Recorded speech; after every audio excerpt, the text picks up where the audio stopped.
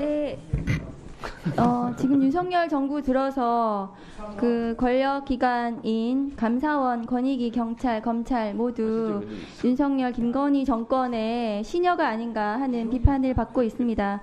감사원은 대통령 관저에 대한 제대로 된 감사하지 않고 비난을 받고 있고, 국민권익위는 명품백 관련해서 어이없는 종결을 했습니다. 경찰은, 경북경찰청은 최혜병 순직 사건 관련해서 임성근 사단장에 대해서 제대로 수사하지 않았다는 비판을 받고 있습니다. 검찰은 최근에 김건희 여사의 도이치모터스 주가 조작 범죄 혐의에 대해서 불기소 처분을 내렸습니다. 저는 법원이 우리 대한민국의 사법정의의 최후의 보루라고 생각을 합니다.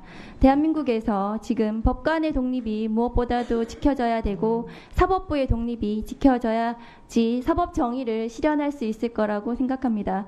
그에 나아가서 법원에서 언론의 자유를 반드시 지켜주시기를 부탁 말씀을 드립니다. 김정중 서울중앙지방법원장님께 말씀드리겠습니다.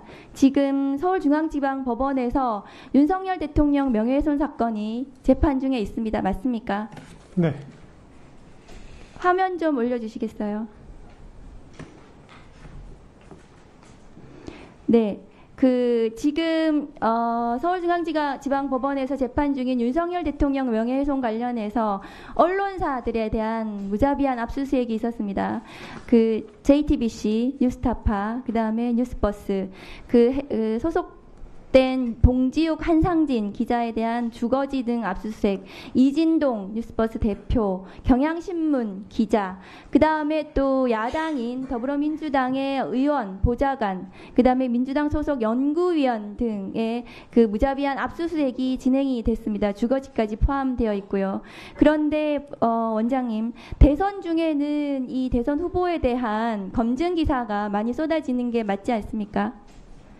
그런데 그 관련해서 후보에 대한 허위 사실을 보도해서 명예를 훼손해서는 안 되겠지만, 정당한 검증 보도에 대해서 검찰이 그것을 수사로 한다면 그것은 언론 자유의 침해라고 저는 생각합니다. 그런데 지금 법원에서 너무나 많은 언론사와 언론사 기자에 대해서 영장이 발부가 되고 있다는 점에 대해서 국민적 우려가 높습니다.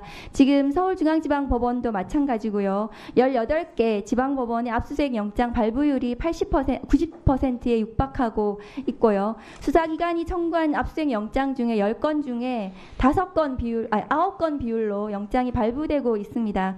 이것에 대해서 원장님께서는 어떻게 생각하고 계십니까? 일단 언론기관에 대한 압수수색은 언론의 자유를 위축시킬 수 있기 때문에 최대한 신중해야 된다는 기조의 말씀은 공감합니다.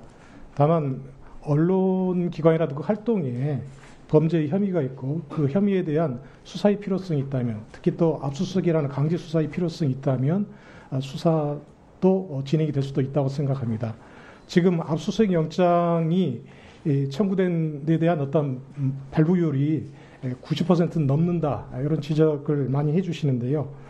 실제 압수수색 영장 청구의 상당 부분은 경찰 수사 단계에서 검찰에 신청해서 검사가 청구한 영장, 대부분 보이스피싱이나 중고 거래 사기 등 범죄에서 거래에 사용된 계좌 그리고 연결된 계좌의 명의 확인하기 위한 그런 압수수색 영장이 많이 차지하고 있고요.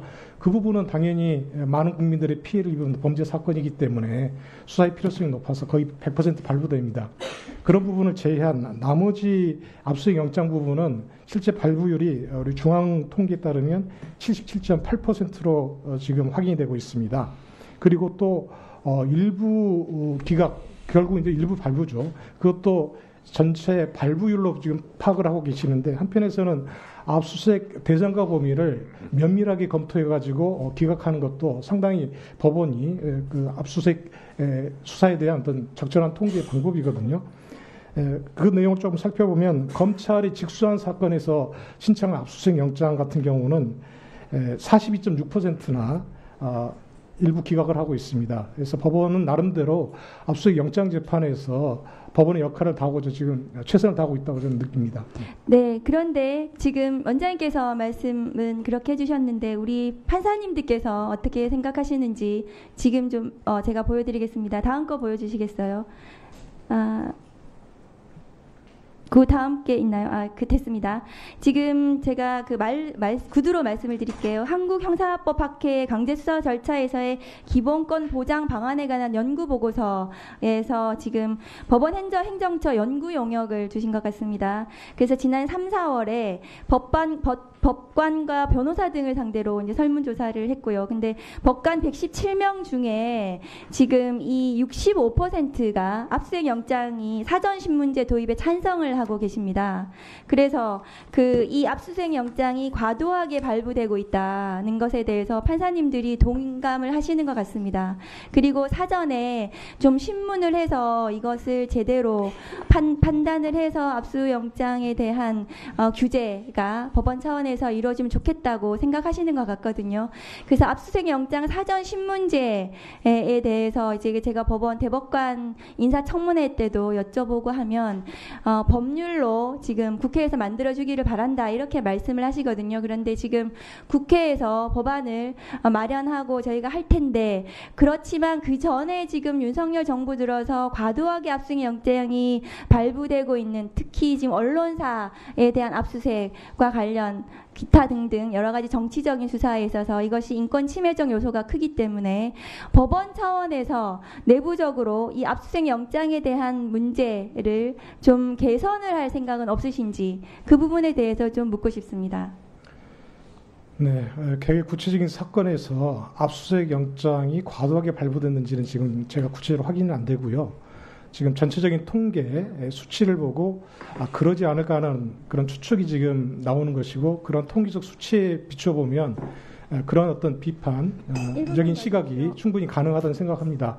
그래서 기회가 된다면 그 관련 영장 전담 판사님 등을 통해 드리고와 같이 이 통계적인 문제가 그러니까 발부율이 높다는 이 문제가 과연 법원의 역할 부족에 의한 것인지 아니면 개개 사건에 대해서 적정하게 영장 재판했는데 결과적으로 나온 수치에 불과한 것인지 한번 검토해보고 논의하는 자리를 갖고자 합니다. 원장님께서는 그러면 지금 발부되고 있는 서울중앙지방법원에 한정해서 말씀드릴게요. 그 영장이 과도하지 않다 이렇게 생각하시는 거네요? 단정할 수는 없습니다. 통계적 수치에 비춰보면 그러한 시각이 있을 수 있기 때문에 그렇지 않다라고 제가 말씀 못 드리지만 아까도 말씀드렸듯이 그 검찰 직수 청구 사건, 검찰 직수 사건에서의 압수수색 영장 청구 사건에 있어서는 40몇 % 정도 일부 기각을 하고 있는 것을 보면 수많은 어떤 기록들 가운데에서 영장 심사를 그래도 열심히 최선을 다하고 있지 않나 그런 점도 있다는 말씀 드린 겁니다. 네, 이상. 예, 질의하셨는데 국민의힘 의원님들이 또 저한테 말 많다고 뭐라고 하실지 모르겠는데 관련해서 한 말씀 좀 드리겠습니다. 자, 이거 꼭 필요한 얘기입니다. 한 1, 2분만 하겠습니다. 바이든 날리면 사건이 터졌을 때 그때 MBC 기자하고 제가 저녁을 먹기로 돼 있었습니다. 그래서 아침에 의원님 오늘 식사 일정 맞죠? 맞습니다. 문자 한번 딱 주고받았어요. 그런데 그 바이든 날리면 사건이 터졌고 그 보도한 기사를 이제 수사를 하기 시작했습니다.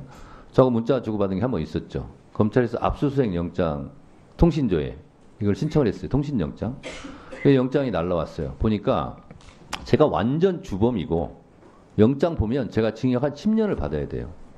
그 통신조회 다 했어요. 아무것도 없이 그냥 끝났죠. 그런데 판사가 그 영장을 내준 거예요. 검사가 청구한 압수수색 영장에 보면 제가 완전히 뒤에서 다 배후 조종했고 다 한 거예요. 그래서 제가 그때 느꼈던 것이 검사가 그러는 것도 이해가 안 가지만 법원의 영장 판사가 그걸 읽어보고 영장을 발부하는 것 자체가 저는 좀 이해가 안 갔어요, 개인적으로. 그래서 압수수색 영장이 오면 영장 판사가 과연 이걸 읽어보고 영장을 발부할까? 개인적으로 저는 그런 생각이 들었어요. 그래서 압수수색 영장을 칠 때는 인신구속은 진짜 신중해야 되는 거 아닙니까? 헌법 12조에 따라서. 그냥 발부하는. 그러니까 자판기 영장 발부 아니냐. 그래서 압수수색 사전심의제가 필요하다라고 제가 계속 주장하고 있는 거예요. 이런 부분도 참고해 주셨으면 좋겠습니다. 다음은 이건태 의원님 질의해 주세요.